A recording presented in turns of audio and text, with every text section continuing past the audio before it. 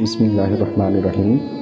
حضور صلی اللہ علیہ وسلم کی حدیث مبارکہ ہے انما الاعمال بالنیات وانما لکل امرئ ما نویٰ، یعنی آپ صلی اللہ علیہ وسلم نے ارشاد فرمایا بے شک اعمال کا دار و مدار نیتوں پر ہے، اور انسان کے لیے وہی کچھ ہے جس کی اس نے نیت کی۔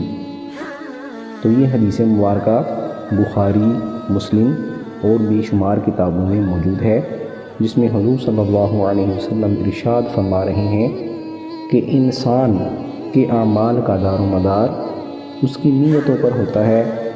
انسان جیسی نیت کرتا ہے اس کے مطابق اس کو جزا اور سزا ملتی ہے۔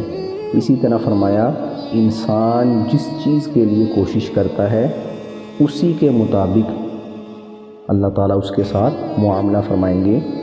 مثال کے طور پر اس حدیث مبارکہ کے آگے والے جو الفاظ ہیں ان کا مفہوم یہ ہے کہ اگر انسان خالصتاً اللہ اور اس کے رسول صلی اللہ علیہ وسلم کے لیے ہجرت کرے تو اللہ تعالیٰ اسے اس کا اجر عطا فرمائیں گے، لیکن اگر اس نے دنیاوی غرض یا اپنے مفاد کو سامنے رکھتے ہوئے اس نے ہجرت کی تو اس کا اجر و ثواب نہیں ہوگا۔